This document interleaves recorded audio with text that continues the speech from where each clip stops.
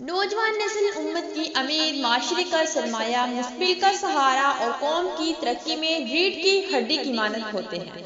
तारीख का मुताला करें तो जहाँ भी इनकलाब आया वहाँ इस कौम के नौजवान का अहम किरदार रहा, मगर आज का नौजवान अपने वजूद से, अपनी जिम्मेदारी से नाआशना है। आज का नौजवान तालीम की बजाय मंशियात की लानत का शिकार है। औरतों का मुहाफिज नौजवान जिनसी तस्कीन के लिए उनकी इसने दबूज रहा है। जायदाद के लिए माँ बाप बहन भाई को कत्ल करने पर आमादा हो जाता है। नौजवान गरीबों व मस्कीनों पर रकम खर्च करने की बजाय फहशज़दा प्रोग्रामात और सियासी लीडरों पर खर्च कर रहा है। महकूम की आवाज़ बनने की बजाय इनकी आवाज़ को दबोच रहा है। अपनी ज़बान व सकाफत को तरजीह देने की बजाय मगरबी फहशज़दा तहजीब व सकाफत को फ़रोग दे रहा है।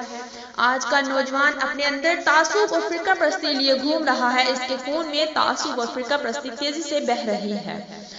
ये नौजवान नस्ल जिससे कौम की अमीदें वाबस्ता हैं, आज वो फहशो एरियानी को फैलाने में मसरूफ है।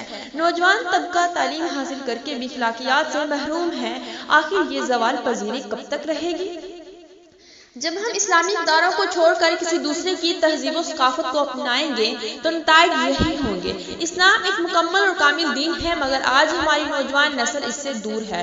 वो तालीम को रोजगार के लिए हासिल कर रही है, किसी गरीब की मदद लोगों की नज़र में शान शौकत बनाने के लिए कर रहा है, नमाज दहकावे के लिए पढ़ रहा है, पड़ोसी को वोट के लिए इस्तेमाल कर रहा है, गर्ज ये कि हर जानिब अपना मफाद देख रहा है। नौजवान नस्ल से गुजारिश करूंगी, अपने वजूद को समझे। इस दुनिया में आपको बेमकसद नहीं भेजा गया, एक खास मकसद था जिससे हम नाआशना हैं। उम्मत मुस्लिमा को दोबारा अरूज की जानिब नौजवान नस्ल ही ले जा सकते हैं।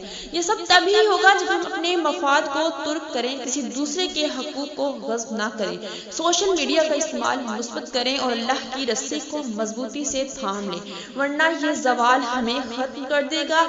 अब नहीं तो फिर कभी नहीं।